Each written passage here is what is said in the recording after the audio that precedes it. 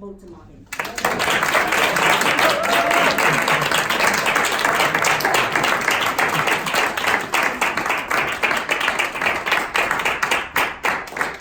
Wow, thank you very much. Was that all one man? Wow, it's such an honor being here. My name is Weza Matomane, but for today you can call me Weza that guy. Yeah, all right. So I'm a voiceover artist, and that's probably one of the other things that you'll notice while we have the conversation today. So what we're talking about today is optimism and the art of optimism. And why is optimism so important in today's day and age? Well, let's actually look at it this way. Many philosophers have said many times that a man becomes what he thinks about all day long. So, in fact, what you think about every single day and how you think about even the situation, whatever the situation is, can in fact impact the overall outcome. Let's say, for instance, you have a problem.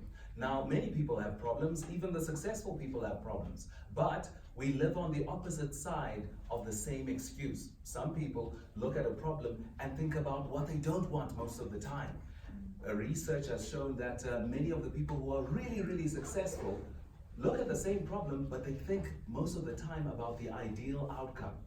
So instead of being a student, for instance, and being worried about failing, how about you start thinking about how well you want to do? That is the whole optimism approach to life in itself. So if you look at it that way and you think, what if I could wave a magic wand and could have everything I ever wanted? Okay, you got that picture? Everything, ideally the way that you'd love it to be. That is the first step in being optimistic. Now, from then on in, everything that you do, every task that you take on, you need to think of the ideal outcome that you want, and that's what you should be thinking about most of the time. I tried this myself, and it has certainly brought about tremendous results, and I actually challenge you to try to do the same thing. In life, though, the interesting thing is, do we get what we want, or do we get what we deserve? Well, let's actually think about that for a moment. Here's a supermodel. She's Miss World and Miss Universe. Man, she's got all the 8 figures in the right places. You can already think about her, right? Now, imagine who is she possibly engaged to. Imagine that gentleman. What car do you think he drives? Probably a very nice car. Okay, a nice car. And what business do you think he has? Media business. Okay, probably a good media business. All right. So we think he has a good car and a great media business. Is he educated? Probably. Yeah, he's probably educated as well. All right. So now the last part is, if I had to have a conversation with him, what do you think that conversation sounds like? Is it negative, or is it normally upbeat, positive, and probably really encouraging? It will be his letter. Exactly that, right? Okay, so what do you think came first? Which part was free? Was it the business, the car, or the conversation? The attitude, the mindset. Ah, okay. So it looks like you've just attributed all of these great things to someone who was deserving of it. And you said someone who's upbeat, positive, and generally has a good prospect of where he's going in life should eventually get all these things. So that's your formula to that supermodel that you're thinking about. That's more or less how it works. It has to start with the mind, and it goes from then on into what we ideally want as well. Some would say the mind is like the land. Think of it that way. The most fertile, richest land ever. Some even said that the land is the last unexplored continent with all the riches in the world. Anything you plant in it, it shall indeed return to you. If you plant positivity, it shall bring about in physical form all the positive things. But if you also plant negative ideas, well, guess what? More or less those will also be things that you'll start to see in the real world as well. So you need to be careful what you plant in your mind, as if your mind now with this fertile, rich soil that can give you so many great things. Okay, now that we understand that, let's think about how the mind or the land actually works. It says, who is this fool that wants to give me his need instead of his seed? You need to give your mind the seed, not your need. So it's not about, oh, I would love to have this, But it is, in terms of the seed, it is actually saying, this is what I'm plowing so that actually things can come out from that. So that is actually quite important in that we do things in terms of our actions, things that are consistent with what we are thinking of in our minds as well. This is how we can bring about the things that we want in our everyday lives. So now that we understand that, I want you to understand something as well as you're trying now to be a positive, upbeat person. The other truth is that everything will happen to you before everything happens for you. So I have this theory called the seventh guy. Before you become the seventh guy, you have to go through guy number 1, 2, 3, 4, 5, 6, 7. Well, 7 is what we ideally want. The seventh guy has everything. He's the guy on the billboard. He's the guy on the ads. He's the guy that says, do your thing, get back change. Everyone wants to be that guy. But before you can be that guy, whether it is in any career that you might be in, you're gonna first be guy number 1. What happens to guy number 1? He hears about the opportunity, but too late. He heard the auditions were yesterday. Just missed them.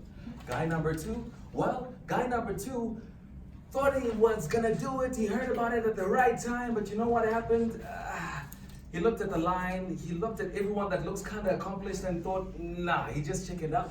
He left, and he left because he thought he was inadequate. Maybe you might have gone through that, feelings of inadequacy before you went through a certain opportunity and thought, nah, maybe next time. Maybe when you wanted to come to Toastmasters the first time and you thought, maybe next time.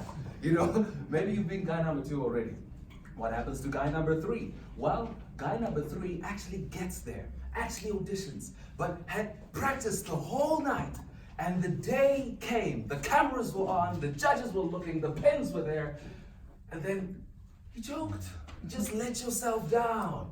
Maybe that's happening. So I saw you nodding. Has that happened to you? So, yes, deja vu. Yes. And then, of course, you get the guy who's guy number 4. So he practiced, he did everything, but he realized in that moment, after going through round number 1, when it came to round number 2, he was unskilled. There were certain skills he needed to brush up on because these people were on a whole new level. So he went back and tried to brush up his skills, and he came back as guy number 5. Guy number 5 almost made it. He's the runner-up.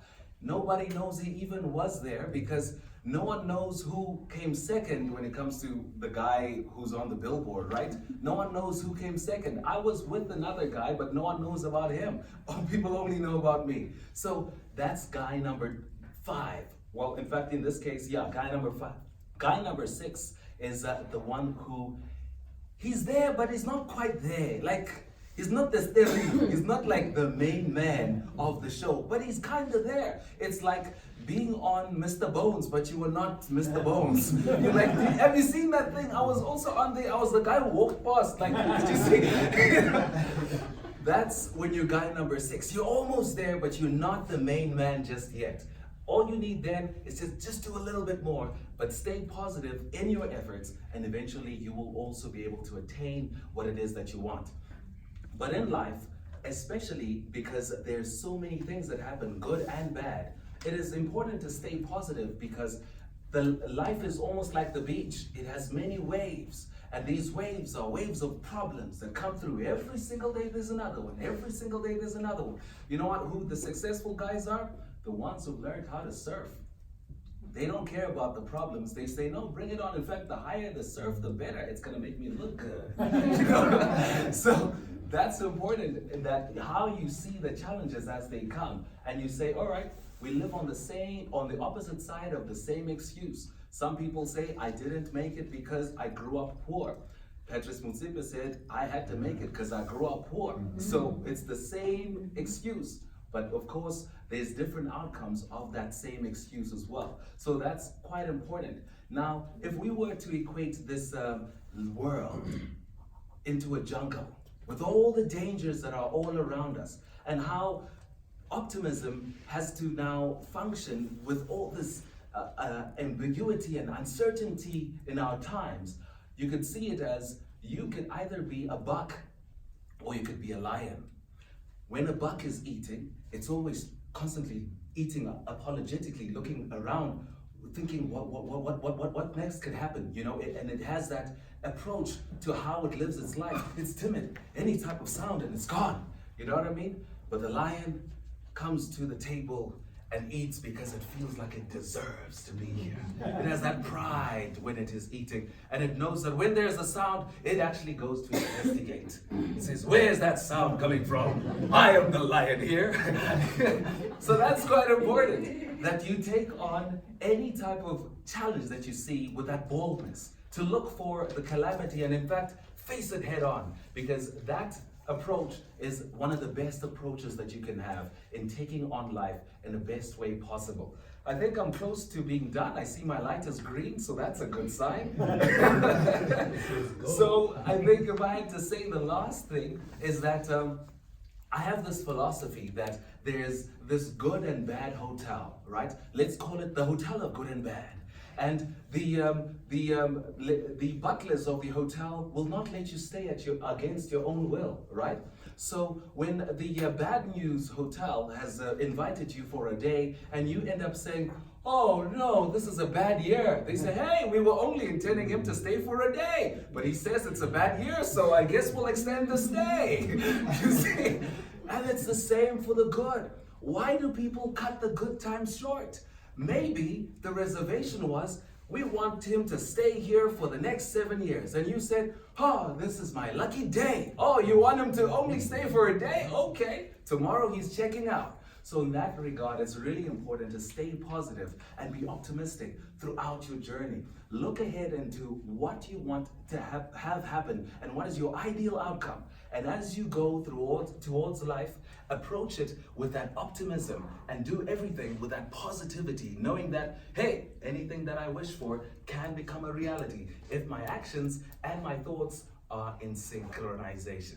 With that, my name is Weza that guy. Stay optimistic. Thank you very much.